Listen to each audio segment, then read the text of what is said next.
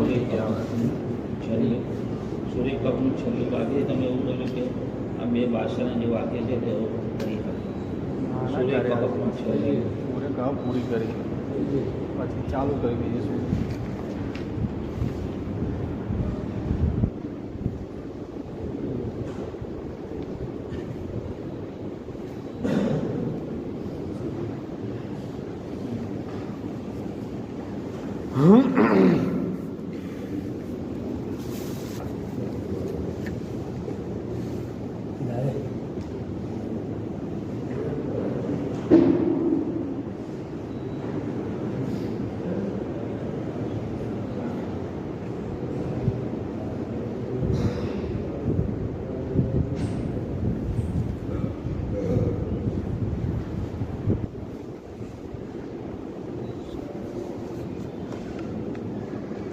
أعوذ بالله من الشيطان الرجيم. بسم الله الرحمن الرحيم.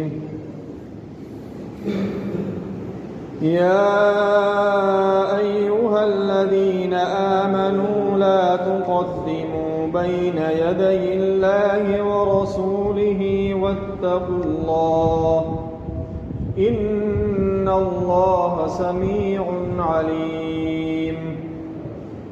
يا أيها الذين آمنوا لا ترفعوا أصواتكم فوق صوت النبي ولا تجهروا له بالقول كجهر بعضكم لبعض أن تحبط أعمالكم وأنتم لا تشعرون.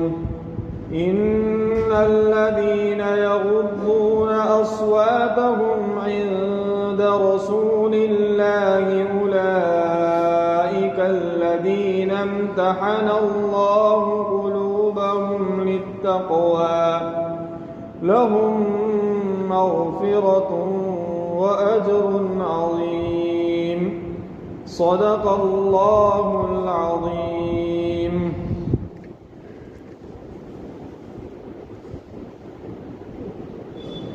یہ 26ویں پارے کی ایک سورت سورۃ الحجرات ہے.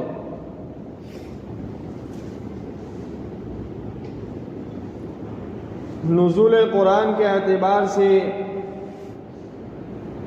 یہ سورت 49ویں نمبر کی سورت ہے اور ترتیب قرآنی کے اعتبار سے یہ سورت 106 نمبر کی سورت ہے. اس سورت کا نام ہے الحجرات. اس کی 18 آیتیں کریمہ ہیں اور اس کے 2 رکوع ہیں اور یہ مدنی سورت ہے.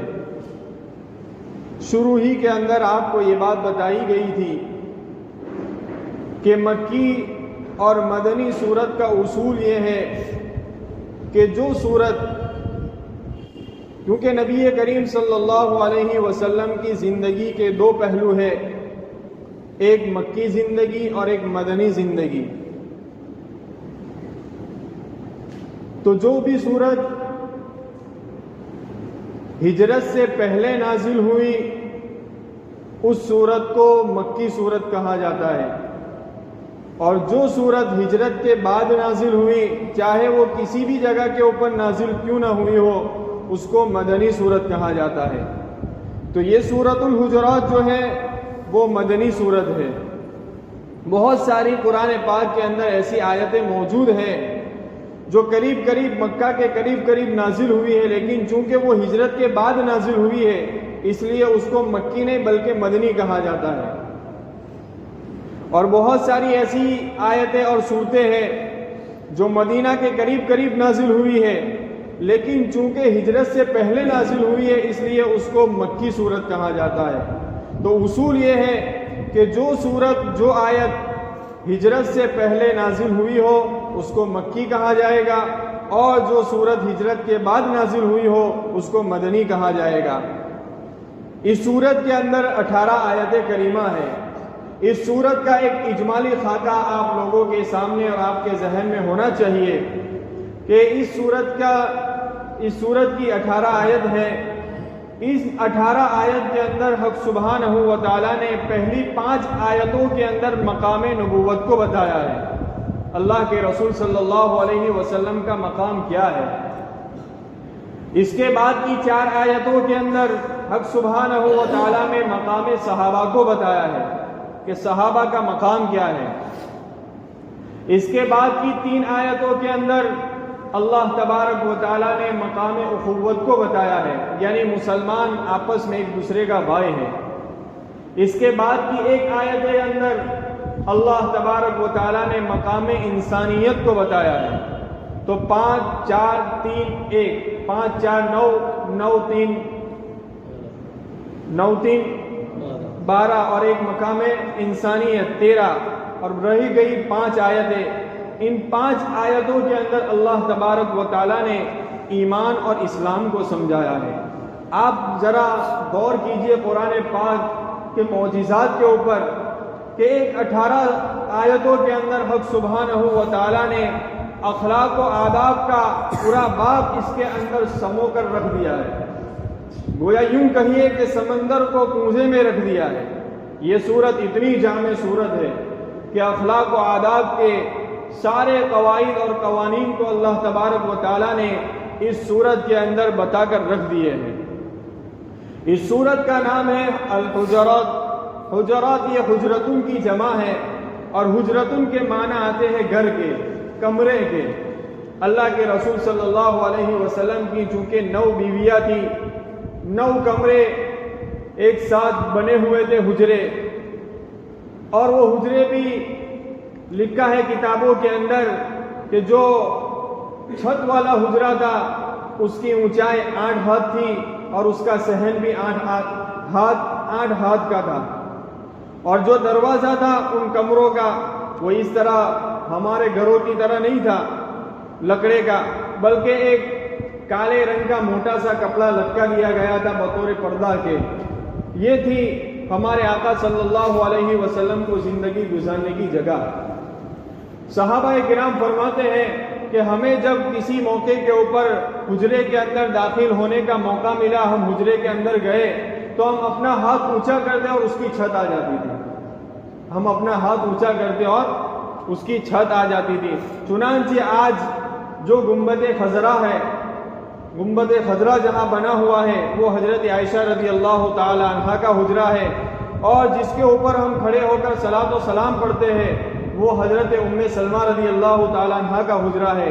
اور دیگر ازواج مطہرات کا جو حجرہ تھا وہ مسجد نبوی کی جب توسیع کی گئی اور اس کو وسیع کیا گیا تو وہ سارے حجرے مسجد نبوی کے اندر داخل ہو چکے ہیں. تو بہرحال اس صورت کا نام اللہ تبارک و تعالیٰ نے الحجرات اس لیے رکھا ہے کہ بہت سارے ایسے مسائل ہوتے ہیں کہ جو گھروں کے اندر جس کی ضرورت پیش آتی ہے. کیونکہ گھریلو زندگی بھی آدمی گزارتا ہے، ان کے اندر بھی مسائل ہوتے ہیں کہ ساس بہو کے مسائل ہوتے ہیں، 2 بھائی ہیں ان کی 2 بیویوں کے آپس میں مسائل ہوتے ہیں. تو اللہ تبارک و تعالیٰ نے اس صورت کے اندر ان احکام کو بیان کیا ہے کہ اگر آدمی ان احکام کے اوپر اور ان کاموں کے اوپر عمل کرے تو گھریلو زندگی گویا ایک ذلت اور رسوائی بن کر رہ جائے، اور اگر آدمی ان اعمال کو بند کرنے کا سبب اختیار کر لے اور اس کو نہ کرے تو گویا اس کا گھر جنت بن جائے. تو اللہ تبارک و تعالیٰ نے اس سورت کا نام سورۃ الحجرات رکھا ہے. اب اس آیت، اس سورت اور اگلی سورت کے اندر ربط کیا ہے؟ ربط یعنی سورہ فتح اور سورہ حجرات کے درمیان ربط. یہ بات آپ کو یاد رہنی چاہیے کہ صحابہ کرام کے دور کے اندر آیتوں کے ربط اور سورتوں کے ربط کے درمیان اس کا عام علم نہیں تھا، کیونکہ صحابہ کو اس سے دلچسپی ہی نہیں تھی. وہاں تو ایک ہی صفت تھی، سمینا و اطعنا، ہم نے سنا ہم نے اطاعت کی. وہ زیادہ تفصیلات کے اندر صحابہ نہیں پڑھتے تھے. اس کے بعد تابعین کا دور آیا، اس کے بعد تبع تابعین کا دور آیا اور اسلام کے اندر فراوانی ہوئی. اسلام دور و دراز تک پھیلنا شروع ہوا. مشرک دہریہ قسم کے لوگ اسلام کے اندر داخل ہونے شروع ہوئے. تو جو مستشرقین لوگ تھے انہوں نے قرآن کے اوپر اعتراض کرنا شروع کیا، وہ بہت سارے اعتراض کیے ان کے اور اس کے بالمقابل انہوں نے ایک اعتراض یہ بھی کیا کہ اگر یہ کتاب اور یہ قرآن اللہ کا کلام ہے تو اس کے اندر ربط ہونا چاہیے، یہ مربوط ہونا چاہیے۔ اس موقع کے اوپر علماء نے اور مفسرین نے آیتوں کے درمیان ربط کا علم لکھنا شروع کیا۔ چنانچہ علامہ بقائی نے سب سے پہلے اس قرآن پاک کے اندر ایک آیت کا دوسری آیت کے ساتھ، ایک سورت کا دوسری سورت کے ساتھ کیا ربط ہے، اس کے اوپر انہوں نے علامہ بقائی نے ایک کتاب لکھی۔ سب سے پہلی کتاب جو لکھی گئی مربوط اور آیتوں کے ربط کے درمیان، یہ علامہ بقائی نے لکھی۔ اب سوال یہ ہوتا ہے کہ سورۃ الحجرات اور سورت اس سے اگلی سورت ہے جو سورۃ الفتح، اس کے درمیان کیا ربط ہے؟ تو اللہ تبارک و تعالیٰ نے سورۃ الفتح کے اندر جہاد کے مسائل کو بیان فرمایا ہے، بیعت کے مسائل کو بیان فرمایا ہے، اور اس کے اوپر کیا انعام ملنے والے ہیں اس کو ذکر کیا گیا ہے۔ اور اس سورت کے اندر اللہ تبارک و تعالیٰ نے امن و امان کس طرح قائم رہ سکتا ہے اس کو بیان کیا ہے۔ ایک تو یہ، دوسری بات کہ سورۃ الفتح کے اندر اللہ تبارک و تعالیٰ نے اخیر ہی کے اندر صحابہ کرام کی شان کو بیان کیا ہے۔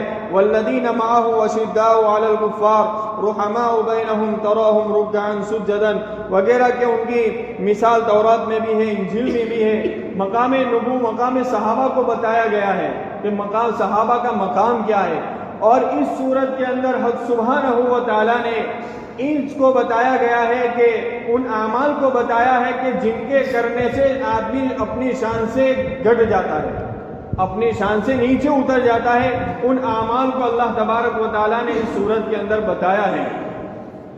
تو اور ایک وجہ یہ بھی ہے کہ اللہ تبارک و تعالیٰ نے سورۃ الفتح کے اندر فتح البلاد کو بیان کیا ہے کہ شہر کس طرح فتح ہوتے ہیں، اس کو بیان کیا ہے۔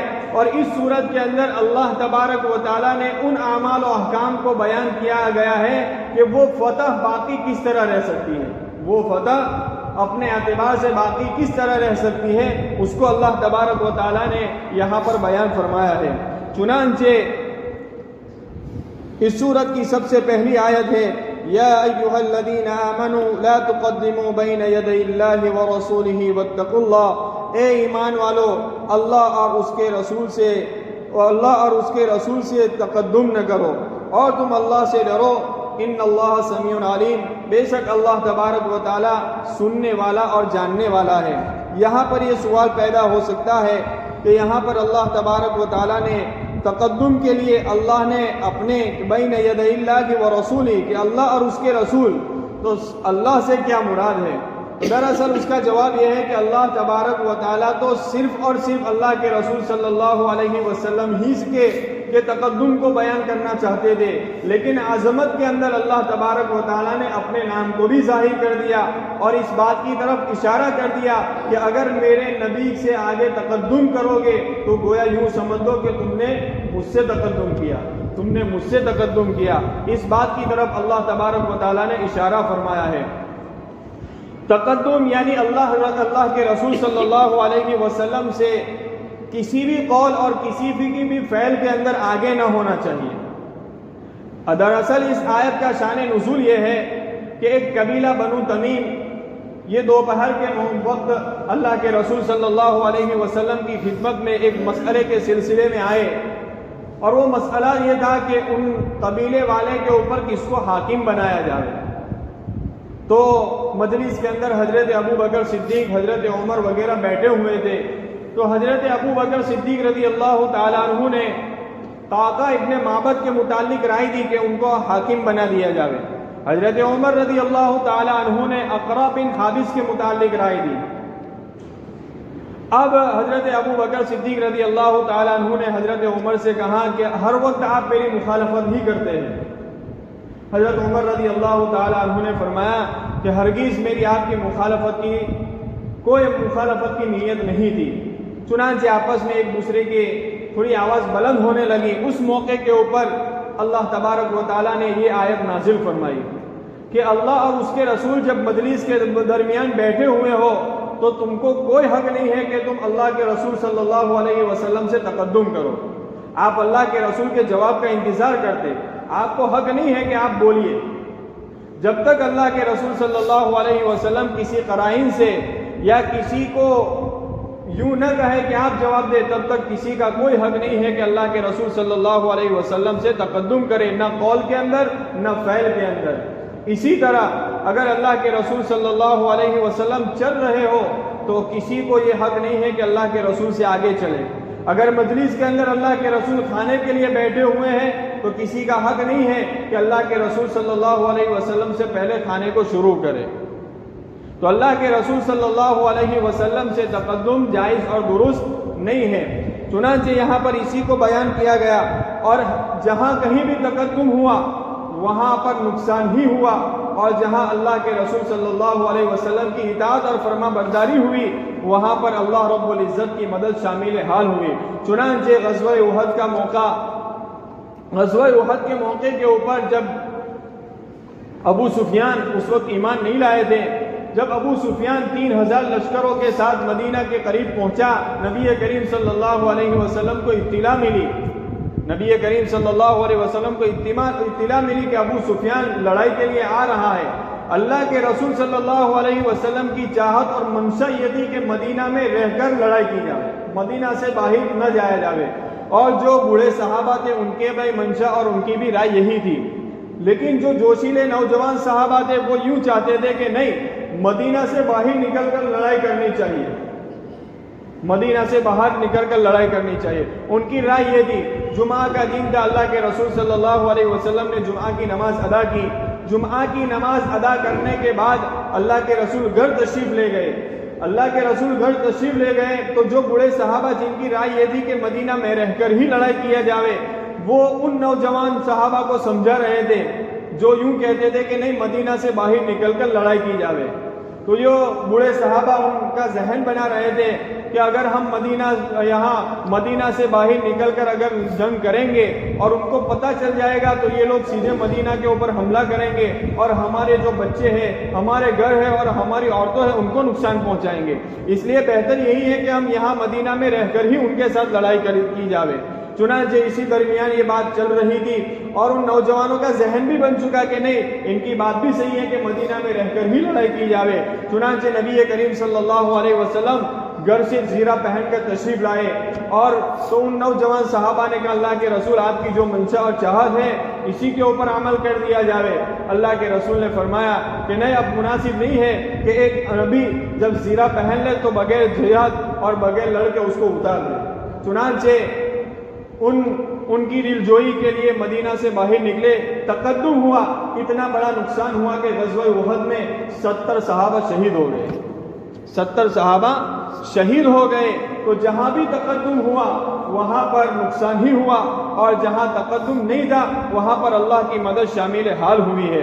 چنانچہ اسی کو یہاں پر بیان کیا گیا ہے. علامہ بغوی فرماتے ہیں کہ اس آیت میں اس بات کی طرف اشارہ ہے کہ ہر چیز کے اندر شریعت کی اتباع کی جائے، ہر چیز کے اندر شریعت کی اتباع کی جائے. لیکن آج کل ہم ہمارے معاشرے کے اندر دیکھتے ہیں کہ غمی خوشی اور جب شادی بیاہ کا موقع آتا ہے اس وقت آدمی ساری شریعت کو بھول جاتا ہے، ساری شریعت کو بھول جاتا ہے اور رسم و رواج کو اختیار کر لیتا ہے، رسم و رواج کو اختیار کر لیتا ہے. حالانکہ قرآن پاک یوں کہتا ہے کہ اللہ اور اس کے رسول سے آگے مت بڑھو، اللہ اور اس کے رسول سے آگے مت بڑھو. اسی طرح اس آیت سے یہ بات بھی معلوم ہوتی ہے کہ آدمی بدعت کے اوپر بھی عمل نہ کرے، بدعت کے اوپر بھی عمل نہ کرے. بدعت اس کو کہتے ہیں جو دین کے اندر کوئی نئی بات آ جائے اس کو بدعت کہتے ہیں، اور ہر کو بدعت گمراہی، کل بدعت ضلالہ، اور ہر گمراہی آدمی کو کہاں لے جاتی ہے؟ جہنم کی طرف لے جاتی ہے. تو اس آیت کریمہ سے یہ بات بھی معلوم ہوتی ہے کہ آدمی بدعت کے اوپر بھی عمل نہ کرے. چنانچہ صحابہ کرام کی زندگی کہ وہ تو بالکل ان پڑھ اور جاہل قسم کے لوگ تھے، پتھر کے پوجا کرنے والے تھے، اور لڑائی جھگڑا تو ان کے درمیان ایک معمولی سی بات تھی. ان کو سمجھانا ایک بہت مشکل کام تھا، لیکن ان کی ایسی تربیت ہوئی کہ ایک قرآن پاک کی ایک آیت ان کو سمجھانے کے لیے کافی ہو جاتی تھی. چنانچہ جب یہ آیت کریمہ نازل ہوئی صحابہ کرام کہیں ایسے واقعات ملتے ہیں کہ اللہ کے رسول صلی اللہ علیہ وسلم حج کے موقع کے اوپر مقام عرفہ میں ہے اور عرفہ کے میدان میں ہے اور اللہ کے رسول صحابہ کو پوچھ رہے ہیں کہ صحابہ بتاؤ آج کون سا دن ہے. ظاہری بات ایک حج کرنے والے کو پتہ ہی ہوتا ہے کہ عرفہ میں کون سا دن ہوتا ہے، لیکن صحابہ کی یہ تربیت ہوئی تھی. صحابہ یوں کہتے ہیں واللہ عالم، اللہ اور اس کے رسول زیادہ جانتے ہیں، اللہ اور اس کے رسول زیادہ جانتے ہیں. اللہ کے رسول نے پھر یہ سوال کیا کہ بتاؤ یہ کون سی جگہ ہے. اب مقام عرفہ، میدان عرفہ ہر صحابی جانتے تھے، لیکن تربیت ایک آیت نے ایسی کر دی تھی کہ ان کی زبان سے بس یہی الفاظ تھے کہ اللہ اور اس کے رسول زیادہ جانتے ہیں. یہاں تک کہ ایسا موقع بھی آیا کہ حضرت عائشہ رضی اللہ تعالی عنہا پر جب منافقین نے تہمت لگائی، جیسا کہ سورۃ النور کے اندر جس کی تفسیر آپ نے سنی ہوگی، حضرت عائشہ رضی اللہ تعالی عنہا کے اوپر منافقین نے تہمت لگائی تو ان کی سنی سنائی باتوں کے اندر بعض صحابہ بھی آ گئے تھے، جس نے حضرت مصطح جو حضرت ابو بکر صدیق رضی اللہ تعالیٰ کے رشتہ دار بھی تھے اور آپ ان کی مدد بھی کرتے تھے، وہ بھی اس کے اندر شامل ہو گئے اور ایک مہینے تک اللہ کے رسول صلی اللہ علیہ وسلم رنج اور غم کے اندر مبتلا ہو گئے. نبی جہاں بھی دیکھو، مردوں میں دیکھو، مستورات میں دیکھو، ہر جگہ یہی بات ہو رہی تھی. حضرت عائشہ کے اوپر جو تہمت لگی تھی وہ اللہ کے رسول صلی اللہ علیہ وسلم حیران پریشان. ایک مہینہ اسی طرح اللہ کے رسول نے گزارا. پھر اللہ کے رسول صلی اللہ علیہ وسلم نے صحابہ سے مشورہ کیا کہ اس کے متعلق کیا کیا جائے. صحابہ نے ہر ایک نے اپنے اعتبار سے رائے دی. حضرت ابو بکر نے، حضرت عمر نے، حضرت علی نے بھی کہ ہم تو یہی گمان کرتے ہیں کہ حضرت عائشہ پاک اور صاف ہے. حضرت علی نے یہاں تک رائے دے دی کہ اپنی دل جوئی کے لیے اور اللہ کے رسول کو ایک غم سے دور رکھنے کے لیے کہ اللہ کے رسول آپ کے لیے تو اور بھی بیوہ ہے، اگر ایسی ہی بات ہے تو آپ حضرت عائشہ کو طلاق دیجیے. یہ بات حضرت عائشہ کو زندگی پر دکھ دے رہی ہے کہ حضرت علی کیوں میرے بارے میں متعلق انہوں نے یہ بات کہی. بلکہ لکھا ہے کتابوں کے اندر آگے جو جنگ ہوئی تھی حضرت عائشہ اور حضرت علی کی، اس کی وجہ ایک یہ بھی تھی. تو یہ بات حضرت عائشہ کو بہت دکھ دے رہی تھی. تو اللہ کے رسول غم اور پریشان. چنانچہ اس ایک مہینے کے بعد اللہ کے رسول صلی اللہ علیہ وسلم حضرت عائشہ رضی اللہ تعالیٰ عنہ کے گھر تشریف لے گئے اور حضرت ابو بکر صدیق سے پوچھا، اے ابو بکر آپ ان کے باپ ہے، بتائیے کہ اس کے متعلق آپ کی کیا رائے ہے. حضرت اب کون ہے جو اپنی بیٹی کا برا کرے؟ اپنی بیٹی کا برا کرے کون باپ ہو سکتا ہے؟ لیکن اس موقع کے اوپر بھی حضرت ابو بکر صدیق رضی اللہ تعالیٰ عنہ جو جواب دیا وہ یہ تھا کہ اللہ اور اس کے رسول زیادہ جانتے ہیں، اللہ اور اس کے رسول زیادہ جانتے. یہ صحابہ کی یہ ایسی پرورش ہوئی تھی، چنانچہ اسی کو انہوں نے سمجھا تھا کہ کبھی بھی اللہ اور اس کے رسول سے وہ تقدم نہیں کرتے تھے. تو بہرحال اس آیت کریمہ کے اندر خلاصہ یہی ہے کہ اللہ تبارک و تعالیٰ ایمان والے کو یہ حکم دے رہے ہیں، اے ایمان والو تم اللہ اور اس کے رسول سے تقدم نہ کرو، واتقوا اللہ، اور تم ڈرو اللہ سے، ان اللہ سمیع علیم، بے شک اللہ تبارک و تعالیٰ سننے والا اور جاننے والا ہے. یہاں پر اللہ کے رسول صلی اللہ علیہ وسلم کا ایک مقام یہ بتایا کہ کسی بھی قول اور کسی بھی فعل کے اندر آپ اللہ کے رسول صلی اللہ علیہ وسلم سے تقدم نہیں کر سکتے. چاہے تمہارا وہ موقع خوشی کا ہو، چاہے وہ تمہارا موقع غم کا ہو، چاہے تمہارا موقع شادی بیاہ کا ہو، اللہ اور اس کے رسول اور شریعت کے آگے تم تقدم نہیں کر سکتے ہو. یہ ایمان کی علامت میں سے بتائی گئی ہے.